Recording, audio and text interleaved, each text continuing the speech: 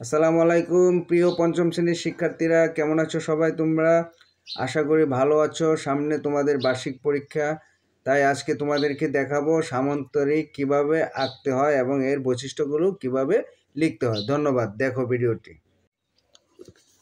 একটি সামান্তরিক অঙ্কন করব। সামান্তরিকের কোণ 60 ডিগ্রি সামান্তরিকটি অঙ্কন করব এবং অঙ্কিত সামান্তরিকের 3টি বৈশিষ্ট্য লিখব।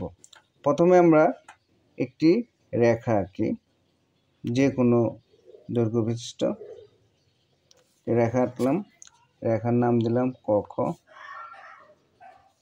তারপর আমরা 60 ডিগ্রি কোণ অঙ্কন করব চাঁদার সাহায্যে।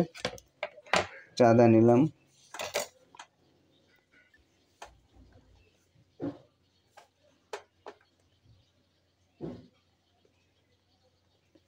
চাঁদার সাহায্যে আমরা যে 60 ডিগ্রি জায়গায় টিক চিহ্ন দিয়ে ফোঁটা দিয়ে তারপর 60 ডিগ্রি কোণ আঁকি। এখন আমরা জানি সামান্তরিকের বিপরীত বাহুগুলো সমান এবং সমান্তরাল। তাহলে আমরা এখান থেকে সামান্তরিক আঁকার জন্য প্রথমে যে রেখাটা আছে ক খ, এখান থেকে এতটুকু কাটবো, এতটুকু নিব। এতটুকু নিয়ে আমরা এখান থেকে এতটুকু কাটবো।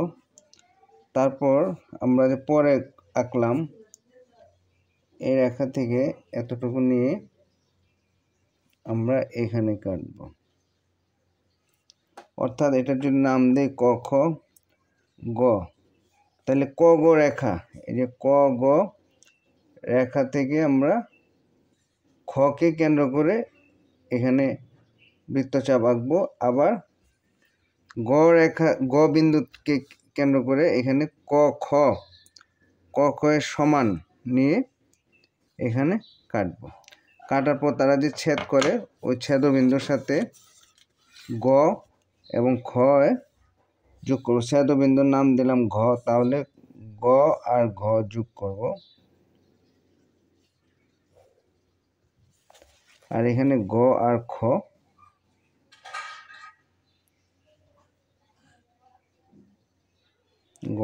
যোগ করব। তাহলে আমাদের হয়ে গেল ক খ গ ঘ একটি সামান্তরিক। চিত্রে ক খ গ ঘ একটি সামান্তরিক।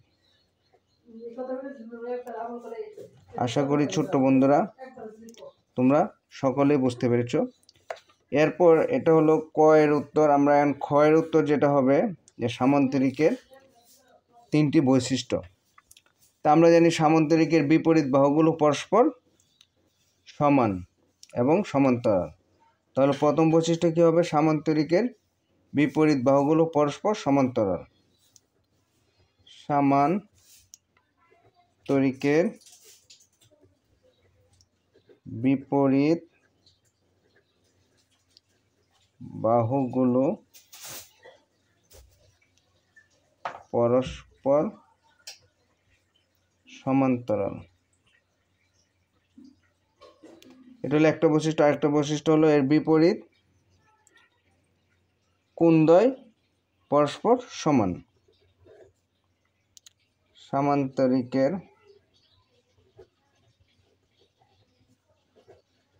বিপরীত কোণদ্বয় পরস্পর সমান। 3 নম্বরটা হলো এর কর্ণদ্বয় পরস্পরকে সমকোণে সমদ্বিখণ্ডিত করে। মনে করো এনে ক আর ঘ এবং গ আর খ যদি আমরা যোগ করি এর কর্ণদ্বয়, তাহলে পরস্পরকে সমকোণে সমদ্বিখণ্ডিত করবে। কর্ণদ্বয় পরস্পরকে সমকোণে